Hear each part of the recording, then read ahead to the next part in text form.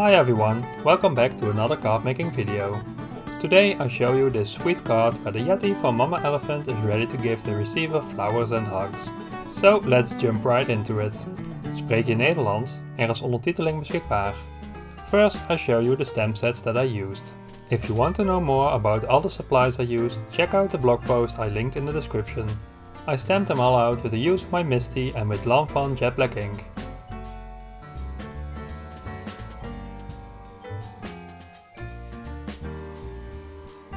I start with coloring my images and I start with coloring the Yeti first. I use my Copic markers for this and I put the cap with the color number on the left of my paper for you to see which color number I use. If you want to skip watching me color, you can skip to the time that pops on the screen now. You can also find the clickable time link in the description.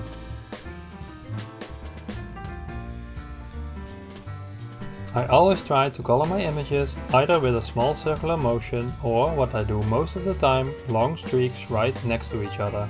Because you can layer the color of a single marker to make it darker, I don't always want to saturate the whole image already with coloring. That's what you do with circular motions, so that's what I like to do the streaks. In general, I color my images more than once. It depends on my blending and how saturated I want the color to be. With large images like this, I like to do vertical streaks and horizontal streaks. It helps with hitting all the right spots and make the image look solid colored instead of being streaky.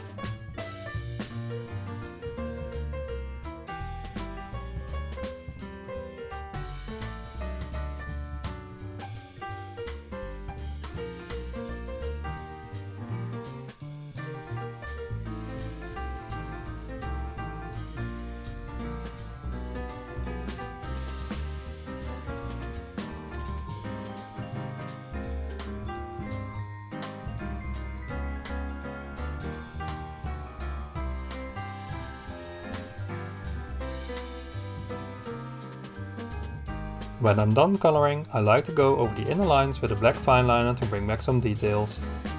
Because Mama Elephant images have thin lines, I only do the lines I'm sure I can do without messing my image up. After I did the black lines, it's time to do the highlights with a white gel pen.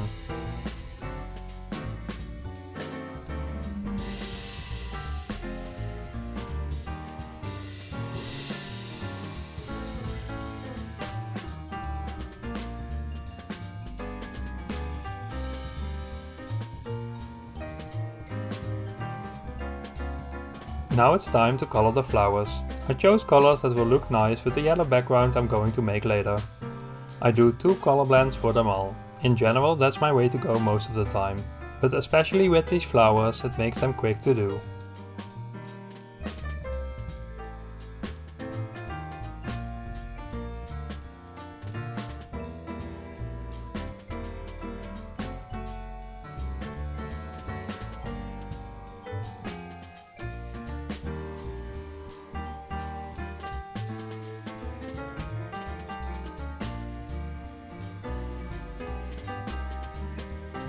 When I'm done coloring, I'm adding white dots all over the petals.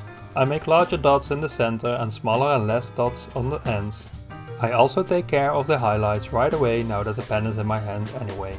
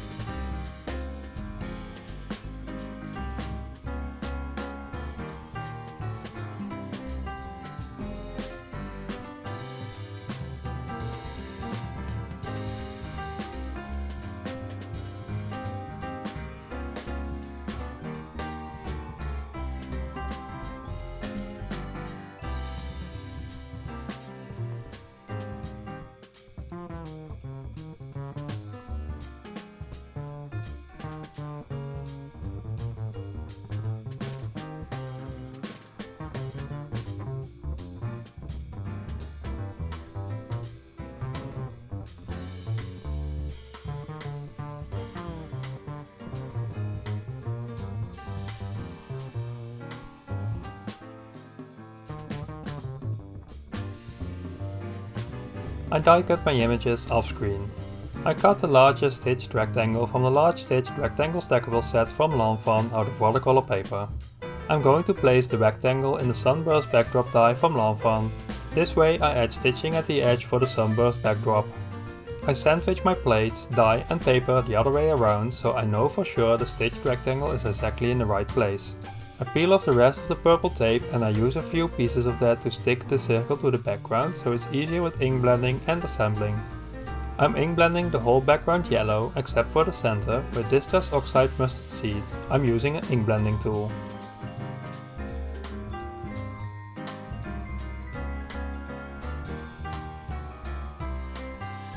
With a blending brush and Distress Oxide Spiced Marmalade, I'm blending from the center outwards to get a very subtle radial gradient. I'm using a piece of scrap paper to make sure I don't leave fingerprints on the yellow I just blended. By the way, if you like my videos, you can support my channel by subscribing. It's totally free to do so. If you already are a subscriber, thank you!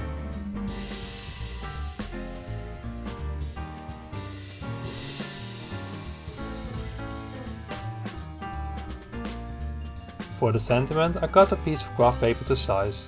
It fits the width of my card and it's high enough so the sentiment will fit nicely. I'm using my MISTI so I can perfectly place my sentiment and double stamp if needed. I'm using Memento a special truffle to stamp the sentiment.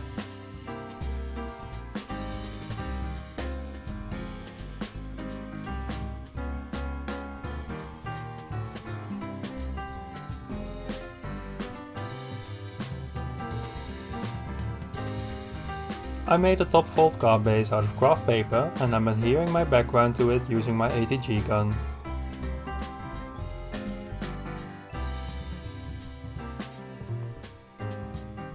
After that, I'm gluing the sentiment strip at the bottom of my card.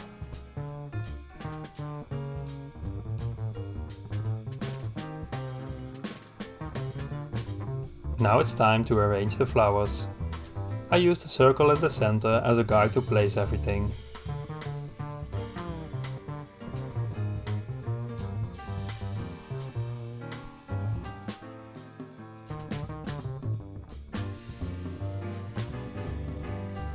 Then I lay the Yeti on top. Now I can adjust a few things till I'm happy with the result.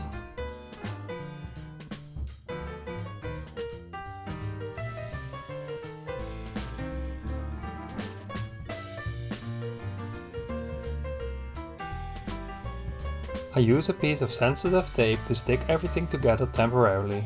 Now I flip it over and put thin foam tape on the Yeti and the flowers. I can peel the backing off now, and before I stick it to my card I put an extra piece of foam tape to the hands of the Yeti so they will be pushed forward just a little more. Now I can adhere the whole piece to the card.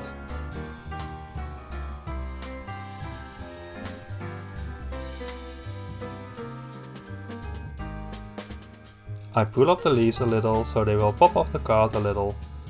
Together with the hands of the Yeti, this gives a lot of depth. To finish my card off, I'm using Nouveau clear crystal drops to make small dots around my image, just to give the card a little more interest. Sometimes a drop gets a little peak, so what I like to do then is taking something sharp and twirl that peak into the drop.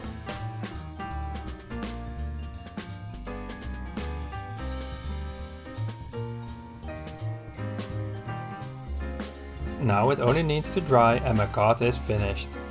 You have to do quite some coloring for this card, but I always find that relaxing to do.